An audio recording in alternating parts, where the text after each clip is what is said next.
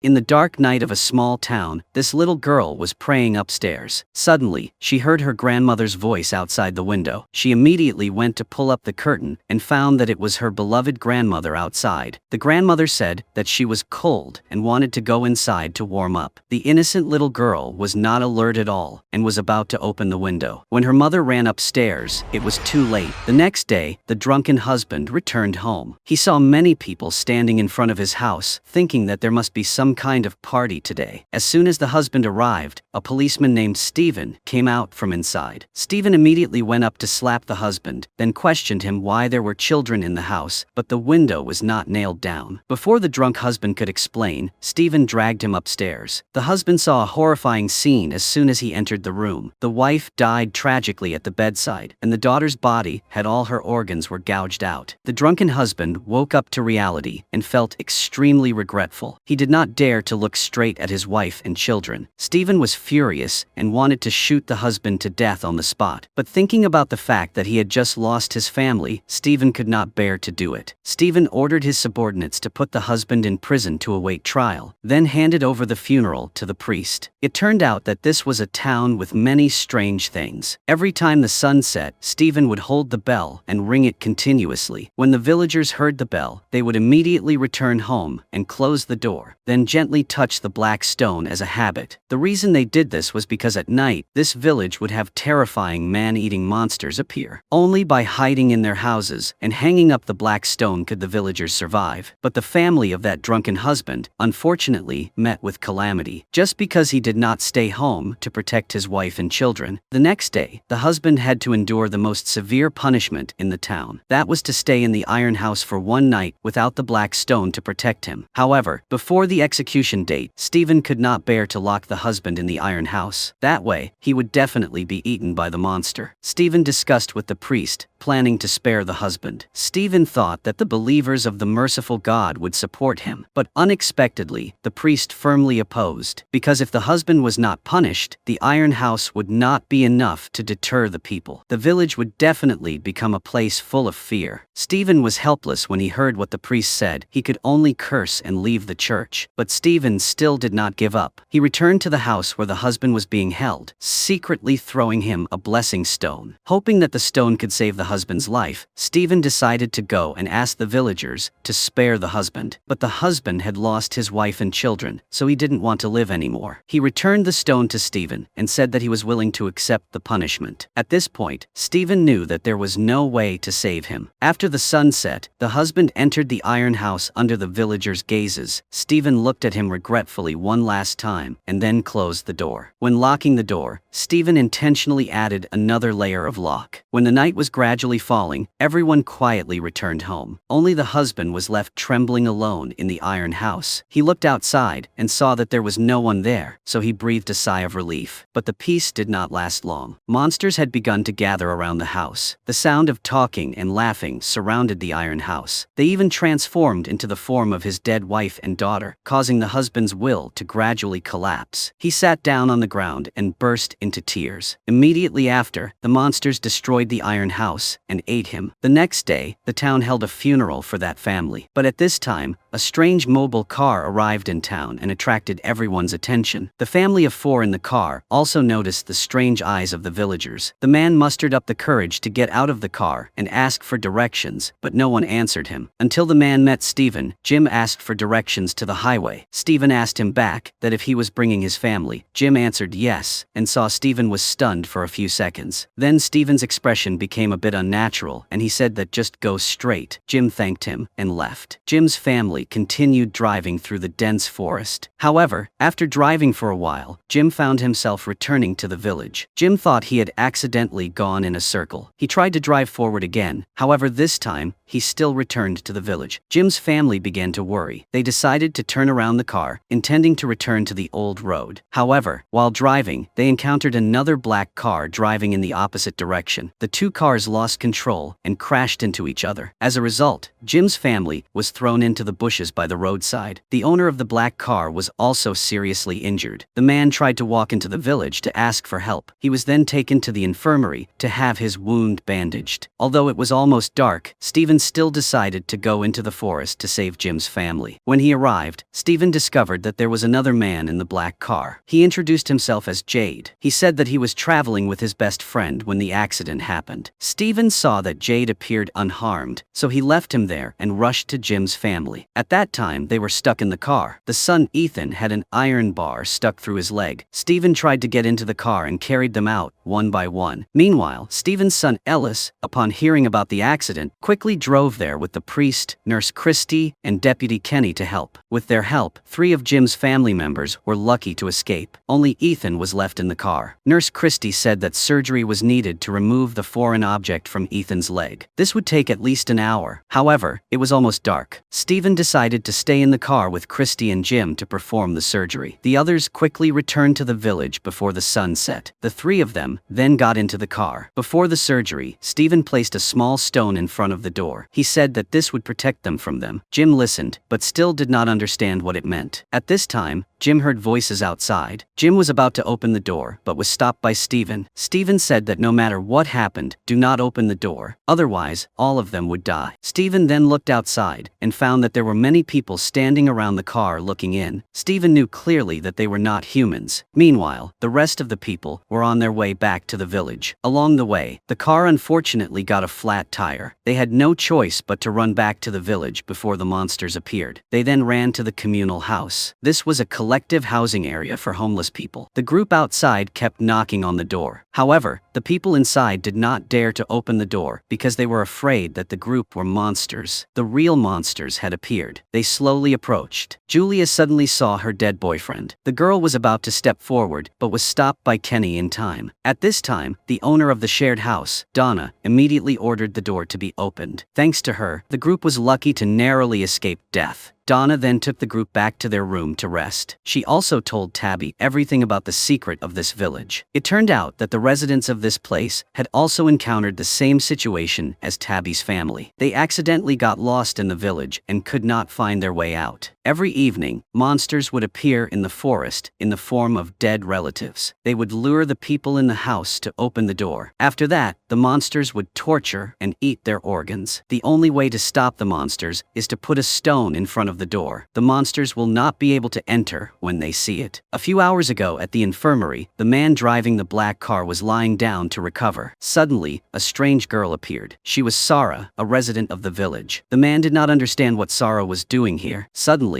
she took an iron bar and stabbed it into the man's throat, causing him to die instantly. After killing the man, Sarah looked scared. She kept mumbling as if she was talking to someone. At night, when the nurse came in to check, she saw a horrifying scene. The nurse was about to run out when she discovered that the door had been wide open for some time. The monsters quickly entered. The nurse was scared and ran down to the basement to hide. The next morning, after a busy night, Nurse Christie finally performed a successful surgery on Ethan. The boy was temporarily out of danger. Jim's family also reunited, thinking that everything had been resolved smoothly. However, when entering the infirmary, the villagers discovered that the nurse had died. She had been eaten by monsters. Kenny couldn't believe his eyes. Kenny's father had also been killed. He was sick, so he went to the infirmary for treatment. Unfortunately, he became a victim of the monsters. Kenny was extremely angry. He didn't know why the infirmary door was opened in the middle of the night. Meanwhile, Ethan was lying in the communal house recovering. Suddenly, he saw a boy about his age, wearing a white outfit, standing outside the window. Ethan then stepped outside and saw an old man. He was Victor, the first person to set foot in this town. Every day, Victor went to the side of the house and measured something by himself. Ethan asked Victor if there were any boys living nearby. Victor said there were no other children besides Ethan. Ethan was about to ask more when Julia called him into the house. Julia felt that there was something strange about the old man. That afternoon, the villagers gathered together to welcome the new residents, who were the Jim family and a man named Jade. Jim was given the house which Stephen handed over, where the mother and her daughter had just passed away before. However, Julia did not want to live with her parents. She wanted to live in a shared house with friends her own age. Julia had long disliked her family. Tabby tried to persuade her, but it was completely useless. Meanwhile, Jade had not found a place of her own, so Deputy Kenny let him stay at his house for a few days. But the next day, Jade accidentally discovered a secret underground cellar cellar. As soon as she stepped down, Jade was horrified to see a rotting corpse. However, when he looked back, the corpse had disappeared. Instead, a strange-shaped symbol appeared on the wall. Jade hurriedly ran to Kenny to warn him. However, when the two of them returned, everything had returned to normal, just a normal cellar. Jade said that he had seen the corpse with his own eyes. However, Kenny just thought that Jade was lightheaded. Anyone who had just arrived at this village would have headaches and an unstable mind. Kenny then showed Jade the mystery of the village. Kenny said that the residents here had all lived in different places, even thousands of kilometers away. However, for some reason they had all wandered into the same village. Perhaps this place was not on the map at all, but was just a mysterious dimension that had not been explored. At that moment, the radio on the table suddenly made a noise. Kenny said that it happened often. However, Jade immediately ran to hug the radio and quickly left. Jade seemed to have come up with a plan. On Jim's side that day, Jim took Ethan to the community house for breakfast. This place was managed by Kenny's mother. She cooked delicious food every day to serve everyone. Sarah also often came here to help. While Jim was busy going to the bathroom, a man named Victor came to see Ethan. Victor gave Ethan a picture which showed a child wearing white clothes. It was the boy that Ethan had seen outside the community house. Victor said that he had seen this child before and wanted to go into the forest with Ethan to find him. At the same time, Jim came out of the bathroom. He saw Victor and immediately ran over to curse. Jim threatened Victor not to come near his son. Victor had no choice but to leave. That afternoon, while Jim and his wife were sitting outside talking, Victor secretly went to the back of the house. He wanted to go into the forest with Ethan right now. Ethan naively thought that the two of them were about to have an exciting adventure, so he excitedly followed Victor. They went deep into the forest, a place that had never been explored before. Most of the people were afraid of monsters, so they didn't dare to go far. While walking, Victor suddenly saw the boy in white from the day before, so he quickly chased after him. The two of them then went to a big tree. There was a deep hole in the middle of the tree trunk. Victor tried to throw a rock into the hole. Suddenly, it fell from above their heads. They couldn't believe their eyes, not understanding what strange thing was happening here. Meanwhile, Jim and his wife discovered Ethan missing. The back door was wide open. They knew something was wrong, so they ran into the woods to search. The two of them walked while calling Ethan's name. The noise woke up the pack of hounds in the woods. They surrounded Jim and his wife. In the critical moment, a gunshot rang out, causing the hounds to run away. It was Victor, who had secretly brought a gun with him for defense. Jim was extremely angry and wanted to rush in and kill Victor. However, because Victor had a gun, he did not dare to act rashly. After the trip, Victor returned to his house. He brought out the pictures he had drawn before, including pictures of the hounds. Memories suddenly flooded back. Many years ago, Victor was the first person to set foot in this village. At that time, he was still a boy. When he arrived, he saw corpses all around. They were being eaten by the hounds. Victor suddenly discovered a boy in white. The boy happily sat playing on the swing, then disappeared without a trace. That memory made Victor remember forever. He always wanted to find out the truth about who that mysterious boy was. The next day, Jim's family went to the public house to have breakfast again. While everyone was chatting happily, Sarah suddenly felt a great pain in her hand. Not long after, the words "kill the child" appeared on Sarah's arm. Sarah looked at Ethan in panic. After that, Sarah had an epileptic seizure and fell to the ground unconscious. When she woke up, she found herself in the infirmary. Christy felt worried about Sarah, but she said she just had a slight headache. Sarah's younger brother Nathan learned about this news. Nathan heard that his older sister had fainted and immediately ran to the infirmary. Nathan had known about what Sarah had done for a long time, but Nathan did not report it to Stephen and quietly stayed by his older sister's side to protect her. But recently, Sarah has been acting strangely, making Nathan extremely worried. Not long after leaving the hospital, Sarah took a knife and went to Jim's house. She pretended to visit Ethan and invited him to visit her farm. Ethan was excited and agreed. Tabby saw that and decided to follow her son. They did not know that Sarah was preparing an extremely terrifying murder plot. After arriving at the farm, Sarah pretended to lure Tabby into the warehouse. She took advantage of the moment when Tabby was not paying attention to close the door and lock it. Then, Sarah took a knife and went to Ethan, intending to kill him. However, Nathan returned home in time. Seeing this scene, she immediately ran to stop her. While the two were struggling, Sarah accidentally slashed Nathan's neck. Nathan only had time to say a few words before quickly dying. At this time, the villagers heard the scream and ran over. Sarah hurriedly ran into the forest. The The incident was quickly exposed. Jim angrily scolded Stephen for always causing trouble for his family. Stephen said that he had sent people to look for Sarah, but there was no trace. By nightfall, Sarah would definitely be eaten by the monsters. As the days passed, no one saw Sarah anywhere. Everyone thought she had died in the forest. However, no one expected that Sarah was locked in the basement of the priest's house. It turned out that a few days before, Nathan had secretly gone to the priest and told him everything his older sister had done, including the fact that Sarah heard a strange voice in her head. The priest felt that this matter was not simple, so he secretly locked Sarah in the basement to ask some more questions. Sarah said that when she first arrived in this town, she heard a strange voice in her head. It said that if she did what it said, the villagers would soon return home. Sarah thought it was true, so she did it, even doing the evil things she didn't dare to think of. After hearing it, the priest looked doubtful. He had long believed that this village was not real, but a fantasy world created from book number 74 of the Bible. The voice Sarah heard might be that of God, the creator of life. If this was true, then Sarah possessed an extremely special ability that would be very necessary in the future. At the same time, Sarah suddenly had a severe pain, so she took out a pen and scribbled on a piece of paper. Sarah said that this was proof that the voice in her head was real. The priest looked at the paper and saw a strange drawing. He then went to the empty lot, dug up a cloth bag from the ground. It was the thing the priest had buried when he first arrived at this village. There is a chocolate bar in the bag. Surprisingly, the drawing on the paper was exactly the same as the logo on the chocolate bar. The priest was shocked when he saw it. Meanwhile, Jim and his wife were investigating the items in the house. They felt strange because the core of the wire had nothing inside. The plug was broken on one side. However, the electric light was still on normally. So where did this electricity come from? While they were thinking, Jade ran over. Jade wanted to create a radio receiver with Jim. If they could catch the signal from outside, they would prove that they were somewhere on Earth. Since the village had no usable items, the two went to the black car to get the assembly parts. After a hard day, they finally successfully created a radio receiver. However, it needed to be placed in a high place to work. Jim quickly climbed up the big tree to place the radio receiver. Jade, who was standing below, suddenly discovered the tree was bleeding. Looking up, he was horrified to see it full of dead bodies. The same strange symbol appeared on the tree trunk as the day before. At the same time, a soldier appeared from behind. He held a gun and threatened Jade, causing him to run into the forest. Jade didn't know how far she had run, but when he looked back, he saw Jim in front of him. The surrounding scenery also returned to normal. Jade was scared and ran away. As for Jim, after placing the receiver on the tree, he turned it on to use it. However, after a while of broadcasting his voice outside, there was still no response. Jim returned home in frustration. Going down to the basement, he found Tabby digging a hole. She said that all the house's electrical wires led underground. There must be something hidden underneath. Meanwhile, Jade was sitting in the restaurant, constantly drawing the strange symbol he had seen on the tree trunk. At this moment, Kenny's mother appeared. She looked at the symbol and realized she had seen it somewhere. Kenny's mother then led Jade into the storage room. There, they discovered that the strange symbol was very similar to the one in an ancient book. The mystery was gradually revealed. That night, in the communal house, while everyone was fast asleep, a man secretly went up the stairs, opened the window and looked outside. There was a monster in the form of a beautiful woman. She asked when she could go inside. The man smiled after hearing that. His name was Kevin, a quiet person, usually did not like to interact with people around, and was always alone. No one knew that Kevin was a pervert. Every night, he secretly went to the window and talked to a monster in the form of a beautiful, young woman. The monster often tried to seduce Kevin to let her in. That day was a special day, once a year. The people in the communal house would gather to celebrate the living and also to remember the dead. They did not know that a terrible tragedy would happen tonight. Meanwhile, the priest came to Stephen to tell him everything about Sarah and the mysterious voice in her head. At first, Stephen was skeptical. The priest then brought the drawing and the chocolate bar. He said that these were the things he had buried when he first arrived in the village. Sarah had arrived after the priest, so logically, she could not know about these things, unless the voice in her head was real. After listening, Stephen said that he also had a plan. That was to go into the forest by himself for a few days to find a way out. He could not stay in this village forever. At first, the villagers were afraid of the monsters and did not dare to enter the forest. However, if they carried a protective stone, they might be safe from the monsters. Although he had never tried this method before, Stephen decided to take the risk. Seeing this, the priest immediately told that Sarah and himself would go with Stephen. Sarah had mysterious abilities things that might be useful. Meanwhile, at the communal house, Kevin, after many days of being seduced by the monster, finally opened the door to let it in. While the two were kissing, the monster suddenly bit Kevin's mouth. Before he could call for help, the monster rushed forward and killed him. The others were happily eating and partying, not knowing that the whole house was surrounded by monsters. A moment later, an Asian girl was about to go back to her room to sleep. As soon as she entered the room, she was immediately surrounded by monsters. They captured the girl and killed her on the spot. The people around who knew what had happened immediately raised the alarm. Everyone was scared and ran away. The monsters were enjoying hunting the poor villagers. The scene was extremely chaotic. At this time, Julia was with Victor. Julia wanted to ask him some questions about the village. At that moment, the alarm bell rang. Victor seemed to have known what was going to happen and had prepared everything. He threw a rope through the window, then escaped outside with Julia. While everyone was running away, Victor led Julia into the forest alone. They went to the big tree. Victor told Julia to jump into the tree trunk. It would lead her to another safe place. Before Julia could do anything, Victor pushed her inside. Julia screamed in panic. A moment later, she looked back and saw herself standing in a wooden cabinet inside an abandoned cellar outside the village, and Victor had disappeared without a trace. Meanwhile, the people who were attacked at the communal house were running to find a place to hide. They went to Stephen's house to ask for a place to stay for the night. While the priest was helping the people around, suddenly, a monster suddenly rushed over and slashed his neck. Stephen immediately ran to help, quickly brought the priest into the house. However, it was too late. The priest bled to death. No one could help. After that night, the whole village was plunged into grief. 14 people were killed and eaten by the monster. Their bodies were scattered all over the village. This made Stephen want to carry out his plan immediately. Before leaving, Stephen left all the control to Kenny. Kenny was very sad but could do nothing more. Stephen then went to the infirmary to visit his son Ellis. After yesterday's incident, Ellis was lucky to only be slightly injured. Ellis had not been close to his father for a long time. He still could not forgive Stephen for the incident in the past. The past suddenly came back. Many years ago, when Stephen was taking his wife and Ellis on a trip, they were blocked by a large tree. After searching for another way, the three of them accidentally got lost into the village. At that time, the people here had not found the protective stone. Their lives were extremely difficult. Food and water were very scarce. At night, when monsters appeared, the people could only find hidden places to hide, hoping that they would not find them. Every day in the village, there were corpses of people who were unfortunately discovered and eaten by monsters. Stephen decided to reform this place. He took the lead in managing the people here. One day, Stephen went into the forest and discovered a live goat. The villagers were completely surprised. Stephen said that he had also found chickens and other livestock. If they could raise livestock, their food supply would be guaranteed. So Stephen risked his life and went into the forest alone to hunt animals. One day, Stephen accidentally saw a hunting dog. It suddenly ran away, causing Stephen to chase after it, but in the end, Stephen got lost. It gradually got dark. Stephen could not find his way back to the village and was extremely scared. At that moment, Stephen accidentally slipped and fell into a cave. Before Stephen could react, monsters appeared outside. They slowly approached. Stephen thought he was about to die. However, the monsters only looked at him for a moment and then left. Only then did Stephen realize that the cave was filled with strangely shaped black stones. The next morning, Stephen hurried back to the village. As soon as he arrived, he heard gunshots. It was Stephen's wife. She was holding a gun and attacking the people around her, saying that this place was just a dream. Only by dying could she return to reality. Stephen hurriedly took the gun and ran over to ask her to put it down. The wife couldn't believe it when she saw her husband alive, thinking that she was dreaming. The wife then took the gun and was about to attack someone else. Stephen had no choice but to shoot his wife. After that incident, the villagers found a way to protect themselves from the monsters. However, Stephen lost the wife he loved the most. Back in reality, Ellis finally forgave Stephen. Ellis knew that Stephen had no choice but to kill the wife. Stephen was also the one who found the protective stone. He had helped the villagers a lot. The father and son then hugged each other and said goodbye. Before leaving for the forest, Stephen secretly went to the priest's basement and took Sarah with him. Stephen believed what the priest had said about Sarah. Maybe Sarah would be the key to to solving everything. As for Jim, after the failure of the radio receiver, Jim decided to do another project. This time, Jim designed a radio antenna himself. He planned to put it on the roof of the communal house. If this project was successful, there was a chance that they would be able to contact the outside world. Jim then presented his plan to the villagers. Most of them agreed with his idea and decided to help. In the following days, everyone worked together to design the radio antenna. Although they said there was hope, many villagers knew that this was just a pipe dream. This project will fail again, and everything will collapse again. Some people even lost hope of living and left this world silently. On Jade's side, after finding the mysterious symbol sketchbook, he spent many days in her room studying it. Finally, Jade suddenly realized that there were 2 pages stuck together in the notebook. After separating it, Jade found an old photo. It was a picture of a strange man. Kenny's mother was extremely surprised when she looked at it. In the corner of the photo was Victor when he was young. So Victor was not the first person to come to this village, as he said. Jade then hurriedly went everywhere to find Victor. However, he had been missing since that day until now. Meanwhile, Stephen and Sarah went deep into the forest. They found a big tree. On it hung bottles containing pieces of paper. Sarah had a severe headache when she saw it. Then she fell down and fainted. When she woke up, it was already dark. The 2 were sitting in the tent. Stephen said that he had seen the pieces of paper in the bottle. They all had the same number, 1864, written on them. More than 100 years ago, what happened here? Sarah then said that while she was unconscious, she heard a woman's voice. The woman advised Stephen to stop and not go deeper into the forest. There were things more terrifying than monsters there. The 2 still didn't know what to do when suddenly the ground started shaking violently. The tent seemed to be about to collapse. As soon as the earthquake stopped, a blinding light appeared through the tent. The 2 then walked outside and saw that it was already morning. There were white patches all around. Stephen suddenly heard a strange sound. He tried to go to where the sound came from and saw the image of his wife tied to a tree. His wife suddenly woke up and rushed to grab Stephen's hand, causing him to panic and run away. At this time, spiders from all over the web began to crawl out, clinging and biting Stephen. Sarah quickly ran to help. After a while, she chased them all away. Because Stephen was bitten by a spider, his body began to release poison, causing him great pain. However, they did not give up and decided to continue. Meanwhile, Jim finally succeeded in making a signal antenna. They placed it on the roof of the communal house to the cheers of everyone. Thanks to the power source connected to the devices in the village, the antenna was able to function normally. Before everyone could celebrate, a sudden storm came from afar. Jim tried to connect to the signal outside. He was extremely happy when he heard a man's voice. Everyone thought that everyone was about to be saved. However, the man suddenly said that Jim's wife should not have dug that hole. Jim was so shocked that he ran home. It turned out that Tabby had been digging a hole in the basement of the house for many days. Suddenly, it started to shake. The ground cracked, causing Tabby to fall straight down. Tabby did not understand what was happening when Victor suddenly came from afar. He said that he knew that Tabby would fall down here, so he was waiting. Victor then revealed that this cave was where the monsters were hiding, and they had painted all over the walls. It turned out that the monsters had been deep underground for a long time, under the people's feet, without them knowing. Victor then quickly took Tabby away from there before it collapsed. A moment later, Jim returned to find a hole in the floor. He tried calling Tabby's name, but there was no response at all. As for Stephen and Sarah, after many attempts, they finally discovered a mysterious lighthouse on a high hill. However, Stephen's injuries were too severe to continue. While not knowing what to do, Sarah suddenly saw a boy in white. The boy pointed to a big tree, saying that if she went in there, Sarah would be safe. Sarah heard it, immediately brought Stephen to the tree, then pushed Stephen into the black hole, thinking that Stephen had safely returned to the village, but the place Stephen arrived at was 4 closed walls with no way out. Stephen tried to call for help, but no one heard. At this time, a group of people on a bus appeared out of nowhere in the forest. As usual, they were blocked by a big tree. The female driver had no choice but to turn around. The car then drove straight into the village. While the passengers were still acting normal, a young man named Elgin was immediately scared when he saw the scene outside. He asked the female driver to leave immediately. Meanwhile, in the communal house, the people were quickly cleaning up the components of the receiver. The storm in the distance immediately hit, causing the equipment in the house to continuously short-circuit. While Jade was cleaning, he suddenly saw a strange bus in the distance. Jade immediately informed the people around. Kenny and Donna immediately went to meet the new guests. They still thought this was a normal village. Meanwhile, the young man Elgin was extremely worried. Elgin said that he had seen this place in his dream. The young woman named Mari and the young man named Brick kept reassuring Elgin and advised Elgin to get off the bus to get some fresh air. Meanwhile, a young man named Randall was very angry because Elgin had caused chaos and even loudly wanted to beat Elgin. As for Julia, after returning home, she discovered that her mother had disappeared. There was a deep hole in the basement. Jim worriedly said that Tabby might have fallen down. Julia immediately ran to the crowd to ask for help to save her mother.